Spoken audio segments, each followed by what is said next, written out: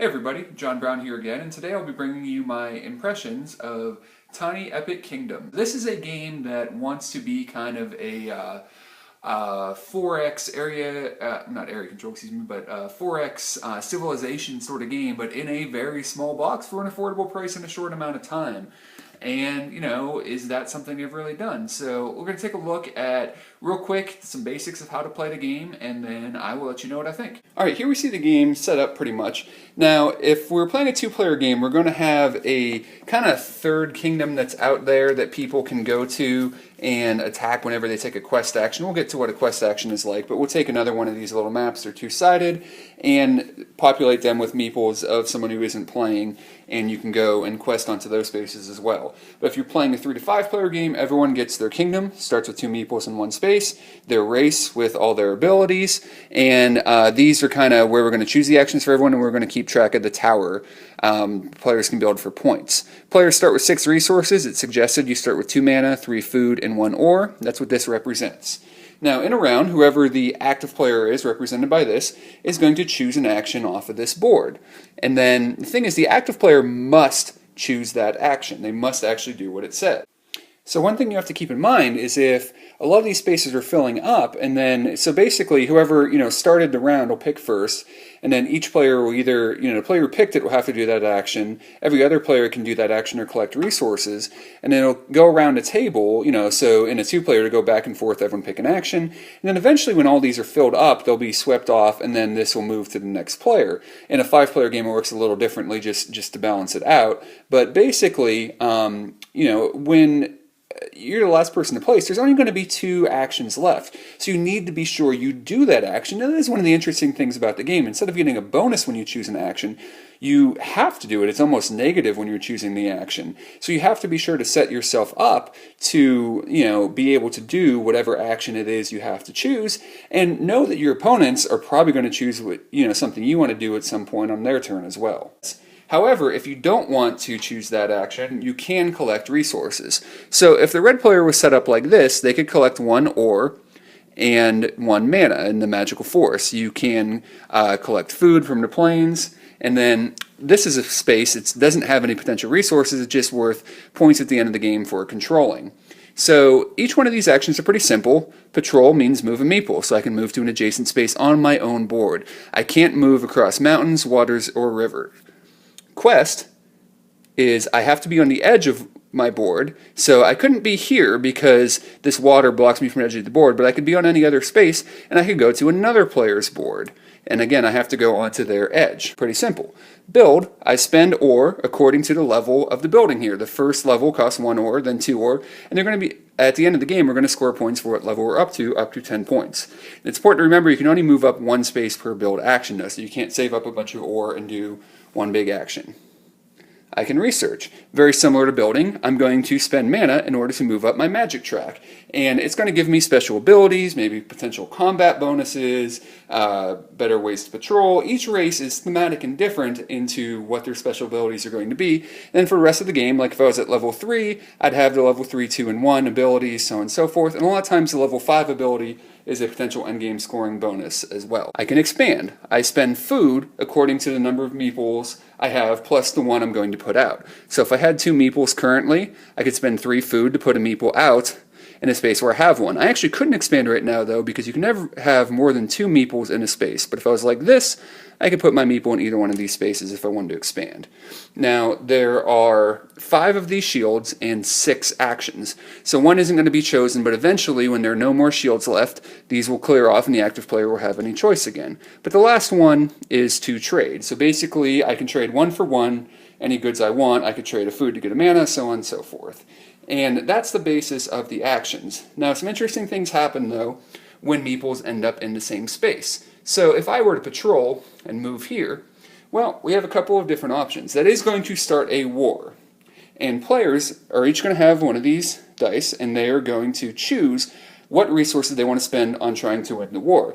At the bottom of each player board, mana is worth 2, ore is worth 1, food is worth 0. So if I declared a 6 and my opponent declared a 3. We would have to spend those resources. So if I had a 6, I could spend 3 mana potentially if I had it. if I had 2 ore, I could spend, 2 mana and then 2 ore to get to 6, however I want to spend it. And there are also racial bonuses for some races that add to their war. And you will include that in whatever you put for your die, but you have to spend the resources no matter what. Whoever spends more resources, well, the meeple that loses basically gets eliminated. If there's a tie, the defender wins.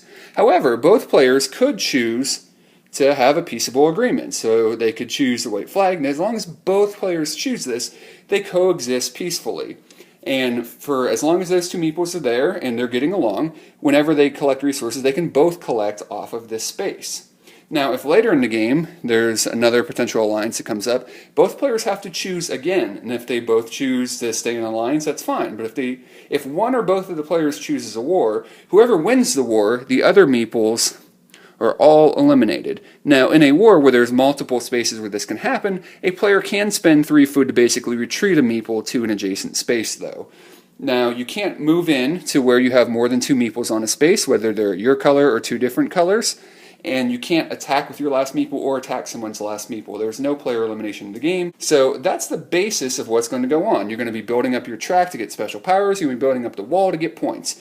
At the end of the game, you'll get 1 point for every meeple that's out there, points for the wall, and then points for potentially what's on your player board. Also, there's a few special things. Oh, and points potentially if you're on a city space, basically. They don't collect your resources, but they get you points. If you ever go into the ruins, though, so this space here, you lay your meeple down and they get lost in the ruins. As long as that meeple's there, they can collect one of any resource whenever you collect resources. However, they don't count for points at the end of the game. You can use a patrol action to stand it up, and then you can move it. But if it's standing, later on, take another patrol action to move it if you want. But if it's standing up, it'll count for points at the end of the game, but it won't collect resources for you. And I almost forgot, you also get 1 point for each level of magic, even if you don't get to the 5th, and you get the bonus. So unlike the wall where it goes up, it's just 1 point for each of these. These are worth 2 points at the end of the game. The game will end when a player has put their 7th meeple out onto the board, when a player has reached the top level of the tower, or a player has reached their top level of magic. If that happens, we finish placing the shields out basically for that round, and then the game end is triggered, we add up the points and see who wins. Alright, one thing I want to talk about before I get into my final thoughts. There are these tokens, and then this little booklet included too, kind of like a little expansion included to make it a little bit more complicated, where all these tokens do potentially different things. You can put them out face down and kind of, as you explore, potentially get points, potentially lose things, so on and so forth. So that's something you can, add after playing the base game. It doesn't change it a whole lot, but gives it a little bit of a variation. Okay, Tiny Epic Kingdoms. First impression, this box is solid. It's funny, that was kind of the first thing I noticed, but when I showed the game to someone else, the first thing they said is, wow, this box is really solid, which is great. It's a small game, maybe going to be clumped in with bigger games, get banged around, it's nice, the box is solid. There is artwork on the inside cover of the box. The rulebook is nicely illustrated, it's got examples and pictures, it's got good art.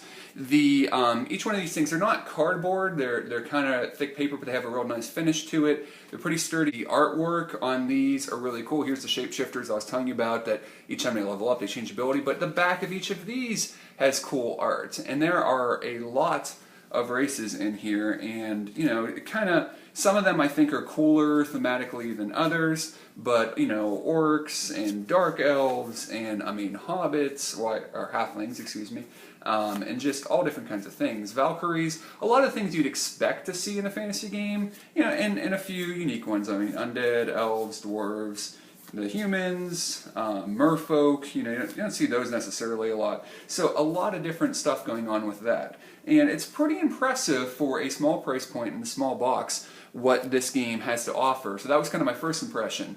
The meeples and the pieces in particular, they're tiny, all right, and these are something you want to be careful not to knock them on the floor and lose them, so on and so forth. But despite being tiny, everything's of good quality. The dice, you don't really roll them, but they're decent quality. I like the big first player piece, whatever. It's definitely the biggest piece in the game by far. So first impressions opening up, hey, this is pretty cool. There's a lot of stuff here in a small package for good price points. Now I'm going to get into maybe some of the things that I don't love about the game, though. This is neat. So they're trying to take this big kind of 4X Civ thing and crunch it down into a small box, into a small price point in a small amount of time. And here's the thing, to me that works really well with a game, let's say like take Love Letter and compare it to something like Guildhall. Guildhall, you're playing 2 cards in a turn and potentially some other stuff, and they have special actions and you combo them and stuff like that. But it's cards and actions. So it's a lot, I don't want to say simpler, but it's more reasonable to think you can crunch that down into something like Love Letter, where you draw a card and you play a card. Simpler mechanisms, a lot less cards. But for me, even though I know Love Letter has been played out, there's 80 million different versions of it now, but the reason it's so popular and there's so many versions is because they managed to take, you know, an almost bigger game, crunch it down, and to me that is still the one micro game that really has hit for me. I've played a few other ones, and this, I don't know if I'd call it a micro game, it's a little bit bigger than that, but you know, I'll call it a mini game, I'll say. And to me, the reason Love Letter is so popular is it does that. It takes a big idea and gets most of the fun and the enjoyment out of it and manages to do it in a very small package.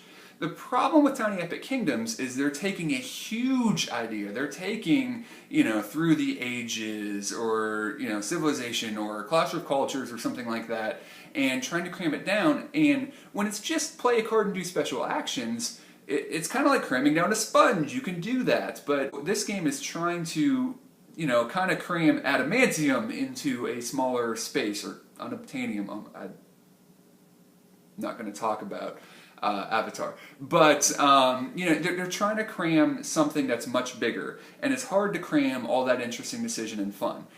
What they did do was a fantastic job. I'm going to compare this to, let's say, 8-Minute Empire, 8-Minute Empire Legends. 8-Minute Empire, you know, was a area control game, and it's decent for what it, you know, I'm impressed with what they did with it and how they crammed it in a small package.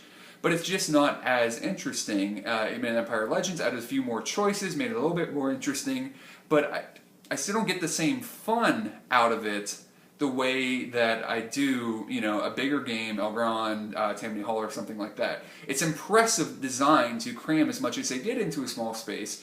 And in this game, you've got even more options than those. You've got the magic, you've got the different races, which is cool. You can build a tower, you can, you know, there's a lot of different things you can do, but it still can't, you know, you're still just doing such little things each turn. You can't combo things, you can't have big turns, because at the end of the day, you might have a special bonus where instead of moving to adjacent space, I can move 2 away or anywhere on my board, but you're not moving 10 guys. It doesn't build the way that big Civ 4X games do. If you're looking for a, you know, kind of that filler game, kind of that, you know, we're going to fit it in, maybe there's some other games going on and we're waiting for people. If you like that sort of game and you want a lighter version, then this game might be just for you. And again, I'm not disappointed with it. I'll play it more. I like it. But if you're looking for, you know, taking a big Civ 4X game and cramming it down, I don't know if it can be done. This game did about as admirable a job as I can imagine, and they really did a great job with it. But for me, I need more out of that game. But if that's what you're looking for, if you're hoping they condense that feeling down into a smaller game, they really didn't, because I don't think they could. So it's a solid game, but I don't think it provides on the same, you know, level of fun. Tom Bash was talking a little while ago about fun versus time, you know, quotient. So it brought down the time a lot, and it's still really fun, but it's missing so much of what makes big Civ 4X games fun that, you know, it doesn't necessarily balance out. I still, most of the time, if I have the time, would probably rather play a bigger game. So, you know, bravo to the designer and to everyone who worked on this. They did a great job with the game. And if that's what you're looking for, you know, kind of, you know, a lighter, simpler game, if you just don't like the complexity of those big, you know, Civ 4X games, this might be for you. The quality is great. There's a lot of neat things going on. But if you're looking for a big Civ 4X game just in a lighter, quicker version, I don't know if that game exists yet. Maybe it does and I haven't played it, but this game doesn't quite do it. So overall, mixed feelings. I'm not saying don't get it if that's something that you might be interested in and you think that'd be good for your group. This game could be solid, but just don't expect this game to cram, you know, all of that great stuff that comes with Civ 4X games into this small of a package, because I don't think it can be done. Thanks a lot. Thanks for watching, and we'll talk to you guys again soon. All right, bye.